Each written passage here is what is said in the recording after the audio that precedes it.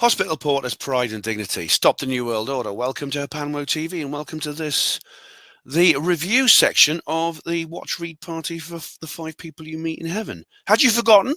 Had you forgotten when we started this one? I know sort of regular viewers will go, oh, what's that? Oh, yeah, that was a while ago, wasn't it? And it was a while ago. It was back in bleeding August. It was all the way back in August I started this watch party with the introduction. Yeah, so it's one of these things that sort of, you've got to get round to it at some point, and I end up doing it a lot later than I expected to. And very often these sort of watch parties are like that. I can't help noticing that the introduction, it seems not to be a very popular video. I'm sure a lot of my regulars watched it, but all in all, YouTube are reporting 125 views on the intro last time I looked, which is, even taking into account my shadow banning, it's not a very popular video, but nevertheless, I will hopefully make this review a little bit better, so it'll take more interest. You lot will take more interest in it. So yeah, I'm going to assume now that you've actually read the book and or watched the film. You have the choice of the film or the book. There's the book here, and there's the film or the book, and there's a crafty nihilist sketch which covers that whole conundrum. But yeah, this is the book anyway. The 5 People You Meet in Heaven by Mitch Albom, author of the international bestseller Tuesdays with Maury, and I'm quite interested to read that as well. It just says here, you can pause and read the back if you want. I'll just check you can see that, and it's not just vanishing when I go like that. Yeah, you can see that all right. All endings are also beginnings. We just don't know it at the time. And it's basically about, it begins with basically the end, and the first chapter is called The End. See, you can see it's called The End. That's the very, very first chapter. But of course, as with What Dreams May Come and a lot of other stories about the afterlife and things like that, it is just the beginning. It's quite a short book, actually. You could be able to read this in a single day or maybe 2 days. 210 pages long. Not very small print, so you can see it's actually you can actually read that. It won't take you long to read it if you want to read it. I mean, as I told you in the introduction, I was given a copy of this book. It wasn't this edition. It was a used copy, earlier edition. The book was actually published in 2003. Yes, it was published 2003. First published in Great Britain in 2003. This edition, Time Worn, I don't want a paperbacks. This is a Sphere. You see the imprint there, Sphere. Hyperion was the original publisher. So there's several different editions of this book. As far as I know, there's been no kind of different. What's the word? No different versions of this where they change anything. I was given this when I was at the Findhorn community. As I explained in the intro, I went to do the Experience Week, as they call it, at the Findhorn community, which is a strange experience. I had kind of mixed feelings about it, but at the end of the day, I think I'm glad I went, and I met lots of people I met there, sort of hippie types. One was called Kalanit. I remember her. This is in 2005, and I helped her do some laundry. Because if you go and stay at the Findhorn community, it's not just guests. They put you to work. You can have a go at working with people and things like that. That's why it's called the Experience Week. And we did some laundry together, and she gave me a copy of this book. She gave me this book. She says, "I read this book," and the person someone gave it to me, and they said, "When you finish reading it, pass this book on to someone else." Everyone apparently, it's a bit of a culture among fans of the book. And whenever you get a copy and you've read it, you give the copy to someone else. And so she says, "Ben, I'm giving this to you." And I said, "Okay." So I read it on the train home. And I had a long train journey. I had to get all the way to Inverness, then to Inverness to Glasgow. I stayed overnight in Glasgow because I didn't want to travel too far in one day. And in the end, I ended up reading it. By the time I actually got back to Oxford, I'd finished the book. So it kept me sort of like, no, what am I talking about? I can't have done it. I must have finished it when I got to Glasgow. Yeah, sorry. Scratch that. Yes, I'm misremembering, as they say. I misspoke. Because I remember leaving it. I said, I'll pass it on to someone else. So I remember going into a doctor's surgery. I explained all this in the introduction. I'm just recapping. I remember I went into a health centre and I went into the waiting room and I left this on the magazine rack with all the other horrible magazines, all the other publications and journals and posters saying if you're fat you're going to die and things like that. So I left it there, and yeah, quite something. So I ordered a new copy so I could do this review. Yeah, so that's the thing to get hold of it. Yeah, it was it's quite a short book, like I said. Now the reviews that the critics have said about the movie, I'll go through some of the critics, what they say about it, because you can do that when you've already read it. Because I should point out there are going to be spoilers in this. There are going to be spoilers. But Janet Maslin of the New York Times didn't like it. She said it's a story with a string of reassuring verities, and she thought the stories were manipulative. Publishers Weekly said they liked it. They said it was a book favourable, and comparing the book to a Christmas Carol by Charles Dickens, and it has similarities there, saying it'll be cherished by a vast readership, and it has actually. And then there was the movie here. The movie, same title, written by Mitch Albom as well. He was the script writer on this, and so which I've watched. You get the DVD of this, and this is actually this has been described. The New York Times also gave this a negative review. They said it was too slow-paced and overly sentimental, and they suggest the whole thing has just been created in the slipstream of Tuesdays with Maury, which is Albom's first novel. This one was his second. I don't think it's wrong with anything wrong with that. Excuse me, we've got a sneeze. I don't think there's anything wrong with an author or filmmaker producing something new and saying, well, using the momentum built up by a previous success. What's wrong with that? Is that a crime? God, New York Times are really awful, aren't they? Sometimes, apart from their work on UFOs, of course. Leslie Kane, Ralph Blumenthal. I'll be saying on Tuesdays with Morris. I'll be saying more about later, actually, because I want to say a few words about that. But yeah, this is a film. It's Eddie, the main character, being played by Jon Voight, and it's got Ellen Burstyn. Now she plays a very interesting character who appears in the film, but she's also the narrator.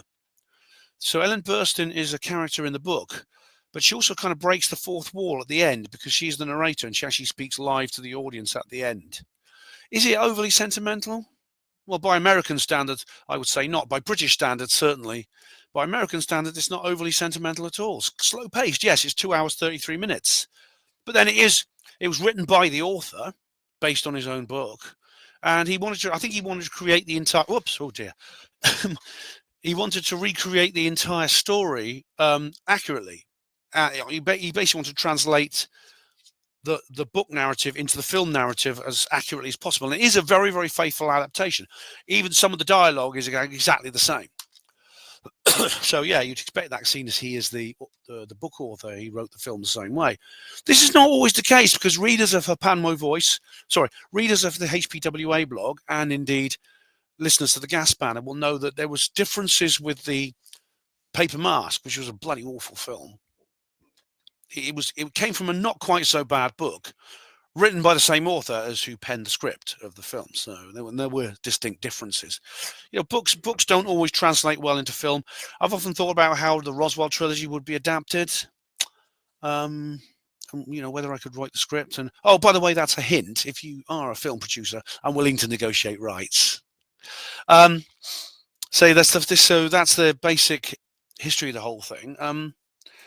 There's a dedication at the beginning. I mean, I thought he might have dedicated it to Maury, but he didn't.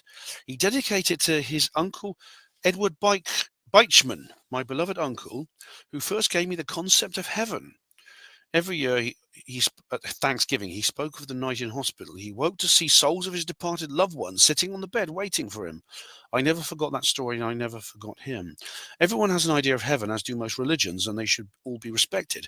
The vision represented here is only a guess. I wish in some ways that my uncle and others like him, people who felt unimportant here on earth, realised finally how much they mattered and how much they were loved, which is great.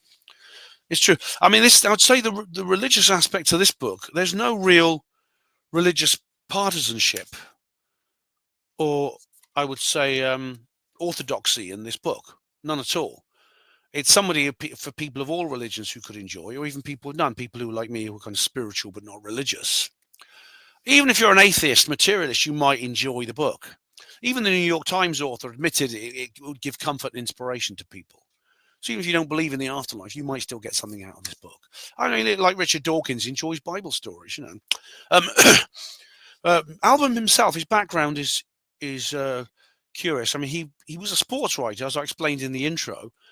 He only really got into spiritual matters after he met up with Maury again, after he left university, because he was a columnist for various, you all say columnist now, don't you? Have you noticed no one ever says columnist anymore? They just say columnist. The silent N is being repronounced again. Anyway, as Ronnie Corbett would say, on with the joke. He was basically a sports writer. He covered sporting events. And then he met up with Maury, and that's what inspired him to write most of his subsequent books. But his background is Jewish. He was born in New Jersey, USA. I almost said UFO for some reason. And is from a Jewish family. Now, as you know, if you know any Jews, I've made an entire video about Jews, as you know.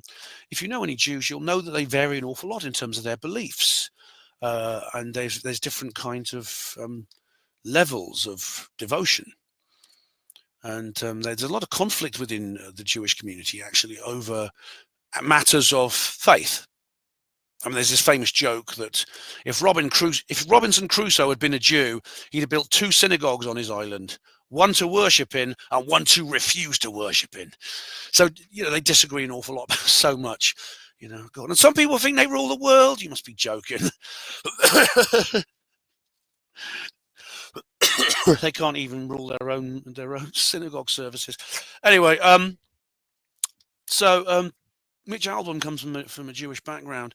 I don't know exactly. I mean, his attitudes to the afterlife and to heaven will depend very much, I think, on his background. I think his background may well have inspired him, whether his parents were Orthodox or Reform, whether they had a very, very strict version, they're basically sitting in a circle, contemplating their navels, waiting for the Messiah, or whether they were the kind of people who were a bit more kind of like outward-looking and open-minded.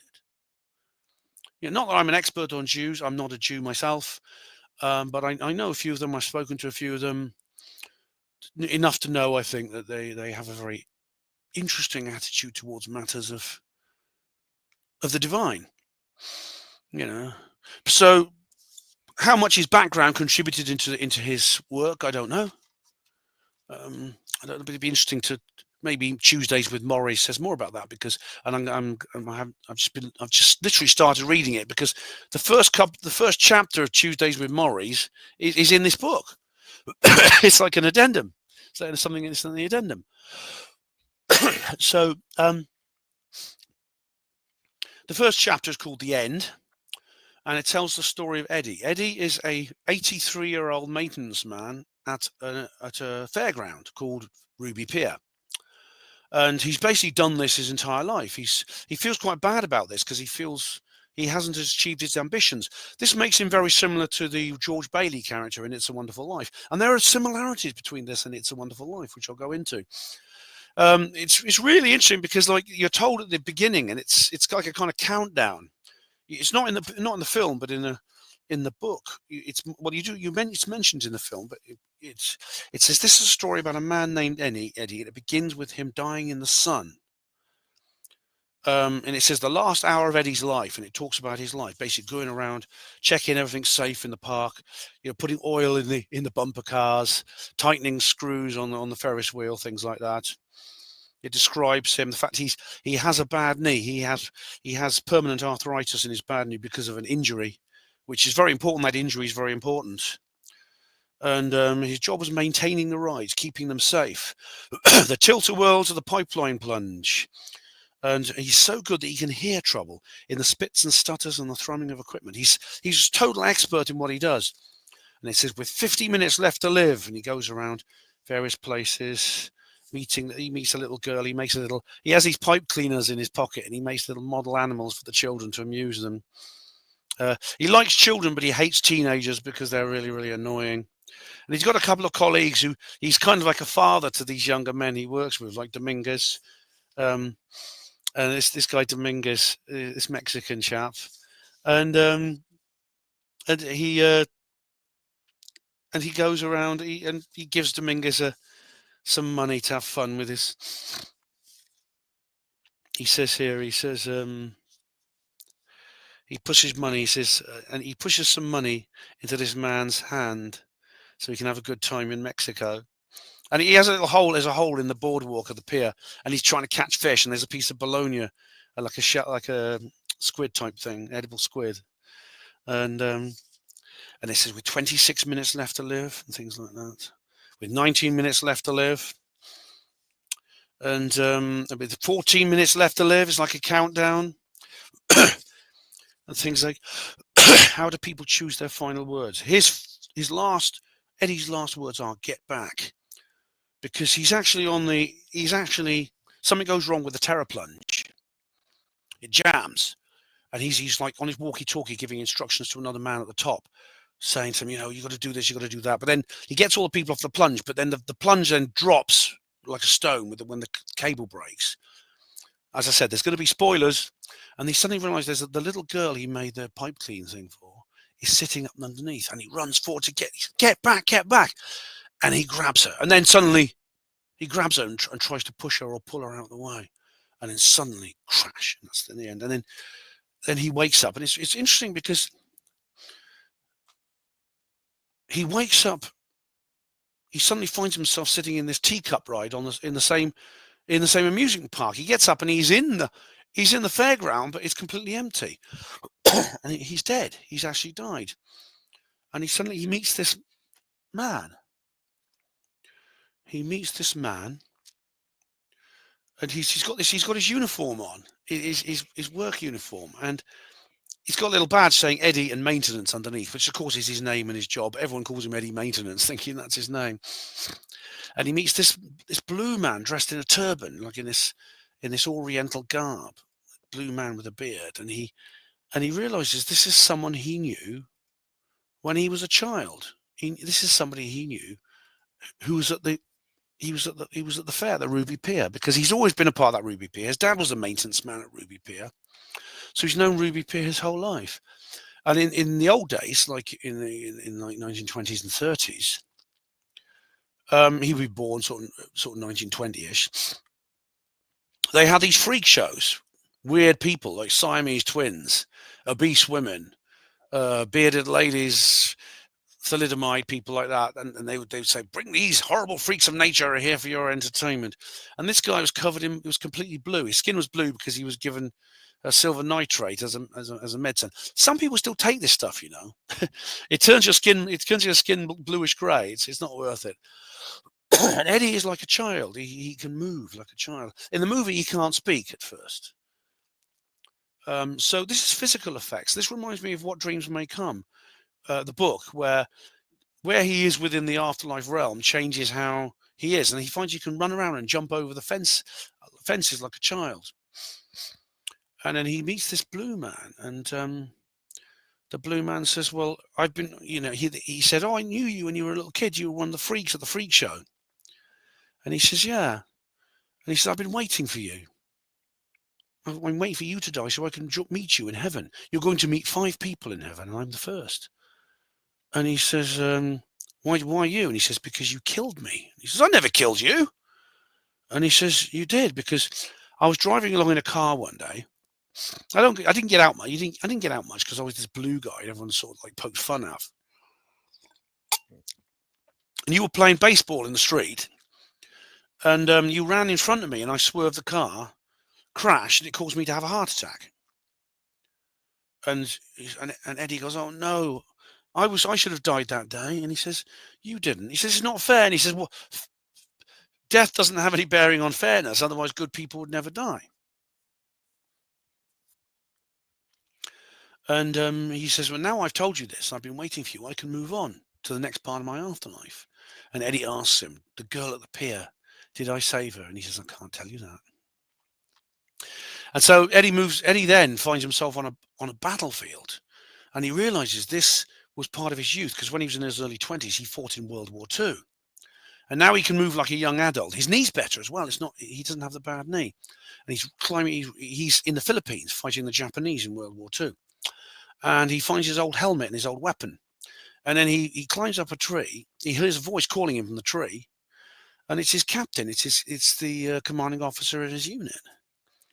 And this is mixed with memories of being a prisoner of war, because what happened was he was captured by the Japanese, and they made him into slave labor, and he escapes. They escape from this compound, but in doing so, they were so angry that they destroy the entire area, include all the huts, all the buildings in the compound. They destroy, including with flamethrowers, including this house where these people lived. I think they were servants. And he doesn't realize anyone's in there, but he suddenly realized he sees a shadow, and he sees this small shadow, and he realizes there's a child inside this house, inside this burning building. And so he's trying to go in to get her out, but then someone shoots him through the knee, and he spends the rest of his life crippled, having to walk with a stick. And the captain said, I shot you through the knee. And he's completely unapologetic, even though Eddie gets really angry and beats him. And because he's in heaven, he can't do any harm. And the captain says, I had to, because you wouldn't come back. I kept ordering you to come out of that burning building, and you wouldn't. So I had to shoot you. You knocked out another guy trying to get you out. And I had to come and save you. But I had to shoot you first, because I had to pull you. And at that moment, the scars and the pain in his knee return. And later on, the captain he stands on a mine which detonates, kills him, blows him to bits. But this is just where they escape in this van, this Japanese van, and at the gate of the compound, they're about to drive through, but the captain goes ahead to check everything's all right. And he detonates his mine. If he hadn't done that, the van would have detonated, would have rolled over it and blown them all up. And he said, again, I'm waiting for you so I can move on. And then Eddie sees him. And he says, this is my heaven. And Eddie says, a battlefield's not a heaven. And he says, look at it through my eyes. And suddenly, Eddie is wearing like a Hawaiian shirt in the film. In the book, he's wearing a brand new dress uniform, freshly pressed and clean. And he's on this beautiful island with waterfalls and palm trees. And he said, sacrifice is not losing anything. You just pass something on. And then Eddie asked the captain about the girl at the pier, and the captain says, I can't tell you. Now, the third person is interesting, because the third person is also the narrator. Like I said, it's a character in the film and a narrator. Eddie finds himself in this snowy mountainous area, but there's this old American diner there. And it says eat on the front in the book. It's called something else it's called Seahorse in the film. And he goes, and the narrator says that all parents damage their children. And this is in the book as well. Youth is like pristine glass. And I'm like, and you see flashbacks to his relationship with his father, who was a violent alcoholic. It was a bit disturbing. Youth is like pristine glass, and all parents damage their children. I mean, I've tried very, very hard not to damage my child, and it's disturbing to read that, because I don't want to damage my child. I mean, my daughter. I mean, I've done what a lot of people like me, a lot of people in my situation don't do. This is slightly an aside, but a lot of people who were abused as kids, and I was physically and mentally abused as a child. They react to it by passing on, by being abusive themselves, and I haven't. I've broken that chain of domestic abuse, as the saying may go. So, I mean, that's very upsetting to hear that. I mean, I've got a good relationship with my daughter, you see. We talked about this, and I've not been I've certainly not been abusive to her. His father's in the diner, and he says he hated his father. There's also other people as well. There's a man with a scarred face, as if he's been in the war. And then this lady appears. This very, very she's described in the book as an old woman. In the film, she's a middle-aged woman played by Ellen Burstyn. Very attractive lady, very well dressed up. And this is also the narrator. And Eddie asks if he can go back and why he hasn't seen his brother and his father and these other people, or he hasn't seen other people. And then this lady explains how her husband built the fairground, Ruby Pier, and that she is Ruby. And her husband died trying to save the pier. No, sorry, her husband was injured trying to save the pier, but he lost everything. He was broke. And Eddie's father died falling into the water drunk, and Eddie always believed that he just got drunk and died, but it turned out that he'd been trying to save a friend of his. Even though this friend, he was a drunk Irish guy, he tried it on with his wife, and he was angry, but he ended up trying to save him. And Eddie took over his father's job and role at the fairground. His father was a soldier too in World War One, and Mickey Shea, this Irish guy, had been like a fellow soldier. And Ruby says, even though they lost everything at the fairground, they moved out, they lived a humble life, and they raised 3 children, she and her husband. And you found out later that her husband died the same day as Eddie's wife. And the lesson. I mean, there's a lesson in every single one of these people he meets.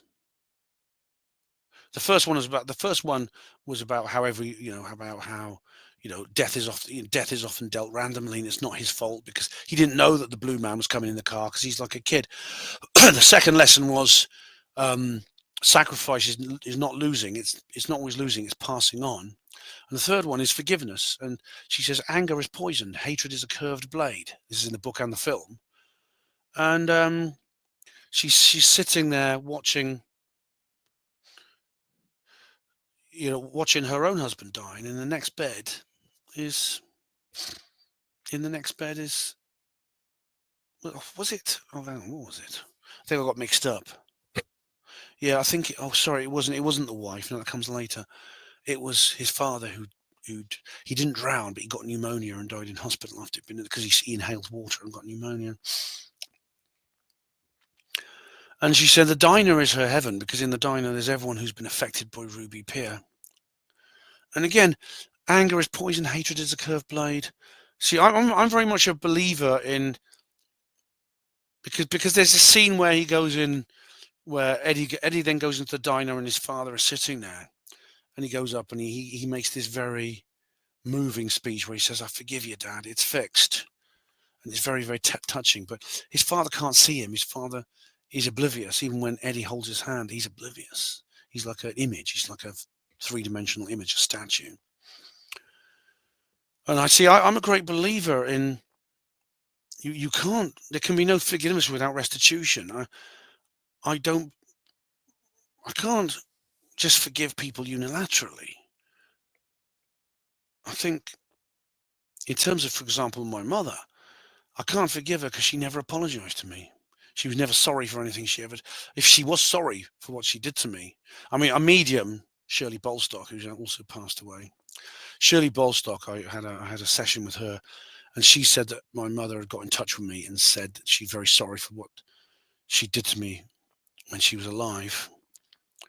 And if that's true, then I do forgive her. I'm not angry with someone if she really is sorry. But anger is not necessarily poison, and hatred is not a curved blade that cuts you. And Ruby says, you think it's a weapon, but it's not. It harms you. I believe hatred can be integrated. I believe hatred can, rather than being suppressed and ignored, it can be integrated into an emotion that is not destructive. It can even be creative. It's a big subject. There are scenes interspersed in the book and the film of Eddie's colleagues going through his belongings, searching his flat, going through his old photos and things like that. There's also a scene from Eddie's funeral where the vicar's asking Dominguez, what can you say about him? And Dominguez says, well, he loved his wife, things like that. Now, the fourth person Eddie meets in heaven is Marguerite, his wife. This is the first person. This is the first close member of his family that he meets is his wife, Marguerite. And there's several flashbacks from the 60s where Eddie's made to look younger. And the reason he's sort of middle-aged, and the reason is because we see how Marguerite died. She gets a brain tumor and she dies, and it's very, very sad. And she goes into hospital one day, and because she always loved her husband for working at Ruby Pier, even though her husband has a low opinion of himself. And she looks, and she's really sick, and she says, "Look, you can see the pier from here. You can see the pier from the hospital." And she says, "It's lovely. It's wonderful." And Marguerite is her heaven is like a series of forest glades where there's weddings going on, and she says, "Here there are weddings from all over the world, and there's weddings for people in all the continents of the earth getting married." And so her heaven is endless weddings, and there's regret, like her death and the fact they were childless. But she said, "Lost love is still love," and she says, love doesn't end with death. And she says, even though you couldn't hold my hand, I was still here for you. I can see why some people might think this is overly sentimental. I don't particularly. And then there's a scene where they recreate her wedding, and they have an accordion player. And he says, "Change back to how you were before you died." And she says, "Well, I was pretty when I was younger." And she says, "No, I still want to see you when you were how you were." And so she turns to how she was when she died at the age of 47. And he says, "I don't want to go, I want to stay." But then she disappears, and everything around him disappears, and he's crying. He says, "I want to stay. Don't take her away from me again, God." And it's very emotional, and he's still thinking about the girl at the pier as well. He's still thinking about her. It's a sad situation. But then the fifth and final person he meets in heaven, or in this process he has to go through when he first arrives in heaven, he finds himself by this pool. It's close to the battlefield, but everything's grown back again in the Philippines. There's lots of like children, and what they're doing is they're washing each other. These children are washing each other with stones from the riverbed, and they're wetting the stones and they're rubbing it over each other's skin. And there's this young girl there who can hardly speak English, but she's this young little 5 or 6-year-old Filipino. At one point, he says she does that with her hands, and he says, "Does that mean you're 5?" And she says, "No, I'm the 5th person to say this is the 5th person I meet in heaven." And this is the most poignant part of the story, because she says, "My name's Tala," and she points at her clothing and she explains what the different parts of her clothing are made. And she points and says, "Eddie Maintenance." She says, "No, I'm just Eddie, just Eddie." And then she says, "We're all washing." And she says, and then he looks at her again. Where is it? He makes her a little pipe cleaner dog. And she says, "You burn me. You make me fire." And he says, and then he suddenly sees her differently. And she's covered in scars. Her skin is covered in burns. And in the book, it's far more graphic than in the film. In the film, it's not quite so bad. And Eddie just remembers that he shot this house with a flamethrower, this little house. And the house had caught fire, and she was trapped inside it. And this was the girl. This was the girl he'd killed with a flamethrower by burning her house. And he wails. He says, "A howl," and he says, "I killed you. Forgive me." And he says, "What have I done?" And he weeps. And then she says, "You wash me." And so his skin is horribly burned. It says, it explained how she has grotesque scars, only one eye. Her hair's gone with burnt scalp. It's not as bad. Like I say, it's not as bad in the film. Can't be really. And then he picks a stone up from the bottom of the river, and he wets it, and he starts rubbing the water all over her, and the scars peel away, and there's this healthy skin underneath. It's a moment of healing. It's very very moving thing. It's a very, very moving thing. and then, I'm sure we can talk more about this in the live stream. And then he asked her about the girl at the pier just before he died. He was trying to save her. And he said, "Did I pull her out the way?" And he says, "You didn't pull her, you pushed. He says, "But I felt someone pulling me." And she says, "Those were my hands. It was Tala who pulled him." He says, "The little girl at the pier." And she said, "Did you know about her?" And Tala nods and says, "Yes." "Did I save her? Did I pull her out of the way?" She says, "No, pull." And he said, "Push. You push her. No, pull. You push. Big thing, Paul. You keep her safe." He says, "But I felt her hands. I couldn't have pushed. I felt her hands. Not her hands. Those were my hands. I brought you to heaven." Tala brought him to heaven. She was like the angel figure you sometimes get with near-death experiences. And then the river rises, engulfing them all underwater, and she pulls him to another place. And it's the pier again. And this time it's filled with people. It says filled with thousands of people, men, women, fathers, mothers, children, so many children from the past and present, children who have not yet been born, side by side, hand in hand, and they're smiling and they're waving and they're really happy to see him. They're really happy to see him. And, and it's it's a wonderful scene. And he says they were there, or would be there, they're there because of the simple, mundane things Eddie had done all his life, the accidents he had prevented, the rides he had kept safe. And he says these were people living, people dead, people yet to be born. Tala's riding in the film. You see Tala riding on the carousel horse, and Marguerite is on the Ferris wheel at the end, and he joins her at the end. And also you see in the film, you see the blue man, and he's not blue anymore. He's back to his normal color. And then the last bit is really wonderful. He reaches for Marguerite. He sees her smile. And then he hears a single word from God. It's the first time God has spoken in this. As I said, it's not religious. It's spiritual, but not religious. And he says, "Home." And then there's an epilogue just talking about the Ruby Pier reopening 3 days after the accident. And then you find out that Eddie has now got to wait for people in heaven. It turns out that everyone who goes to heaven has 5 people waiting for them. Everyone has 5 people waiting for them. It's amazing. And so this is a bit like It's a Wonderful Life, because It's a Wonderful Life, the film that I actually did a roving review of.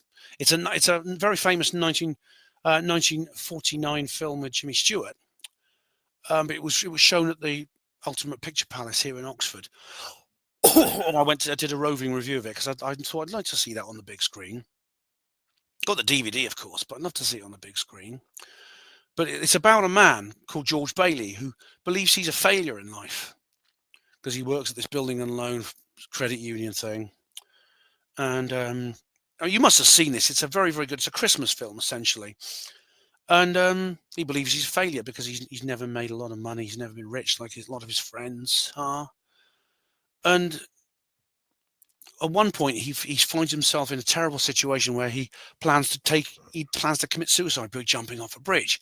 And then an angel appears and takes him to a parallel universe. And this is the first time in cinema I've ever heard of the concept of parallel universes existing in a storyline. And in this parallel universe, he's never been born. Because at one point, George says to this angel, "I wish it'd been better if I'd never been born." And the angel says, "Would it?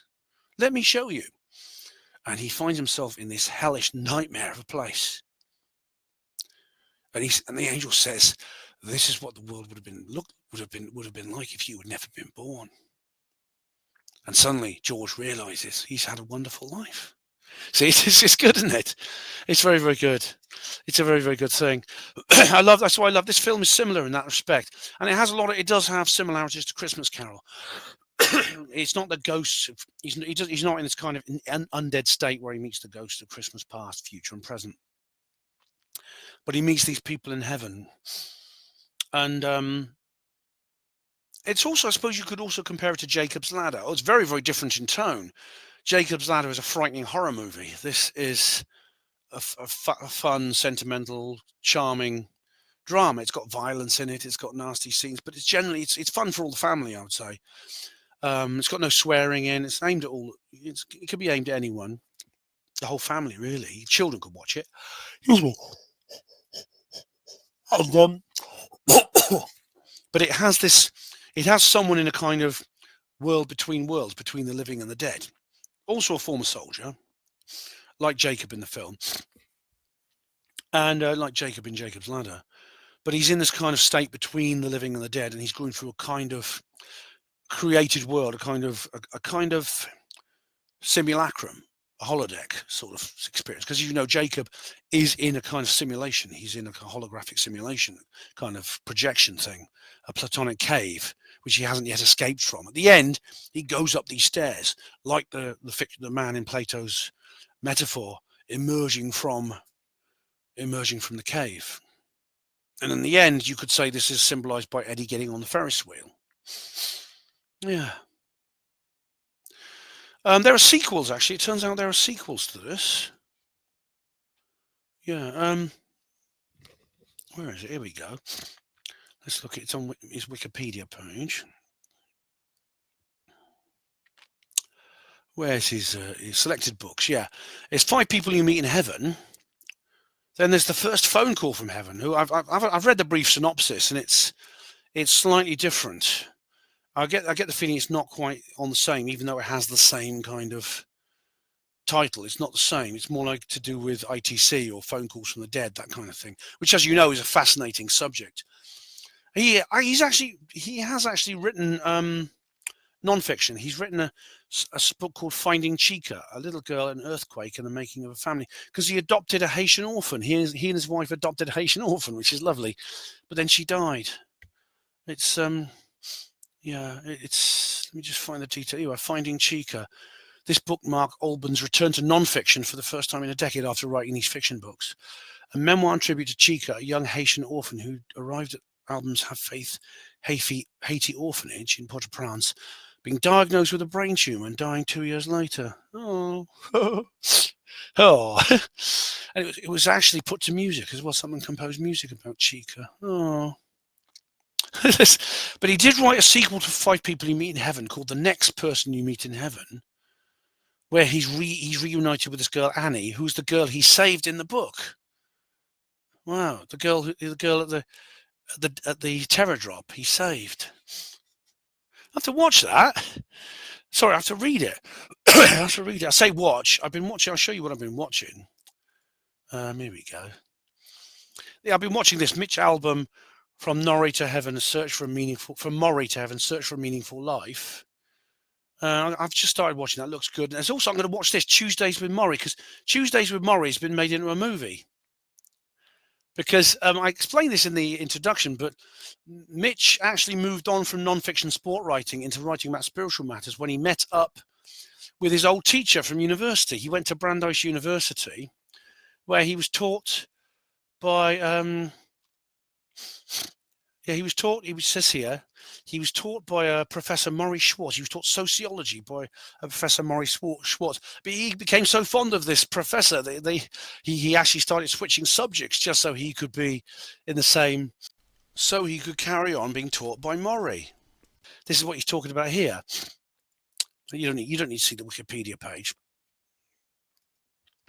But he wrote a book, because what he did, he actually eventually got back in touch with Murray when Murray was this really old guy, and he was dying of Lou Gehrig's disease, the same disease that Stephen Hawking had, apparently, if you don't watch Rich Planet TV. Yeah.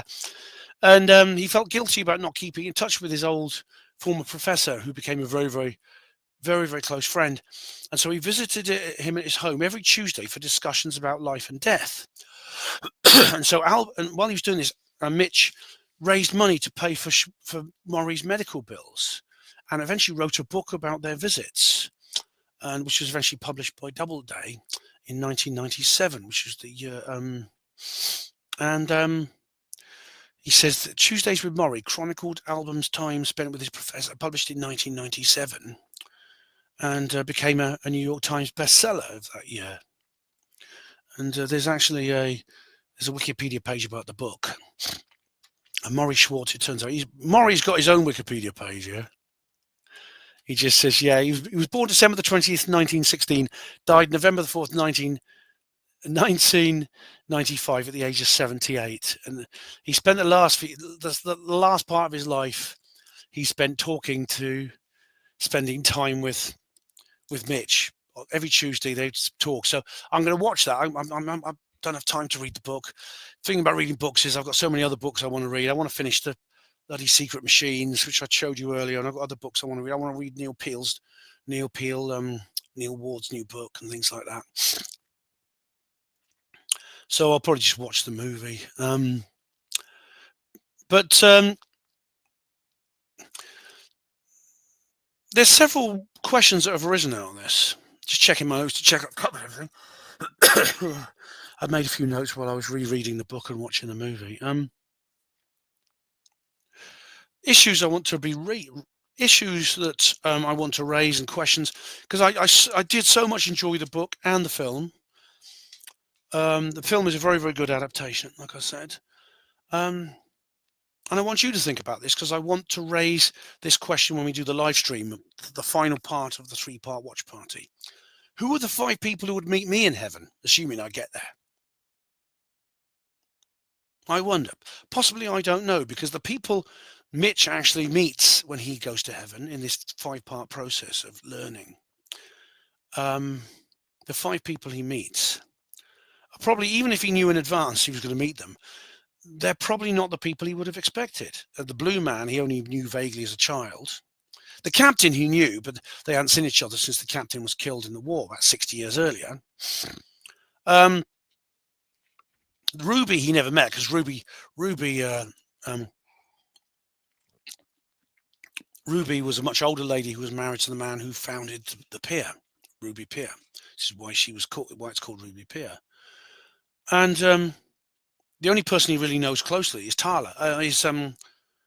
Is Marguerite, his wife, who he meets. And the 5th person, Tala, he only ever met her once and only saw her burning to death in a building after he'd torched it.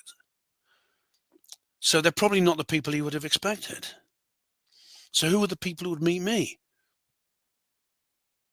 I wonder. And I want you to think about that, because I'm going to ask you that question when we do the live stream. Who are the 5 people who would meet you in heaven? Think about it. So what's going to happen now? Well, I remember Callan, I don't know if she's watching.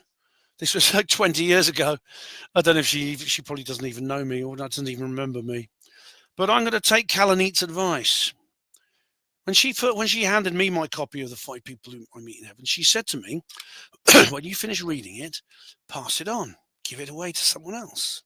I left it, as I said, in the waiting room at this Glasgow health centre. And so that's what I'm going to do.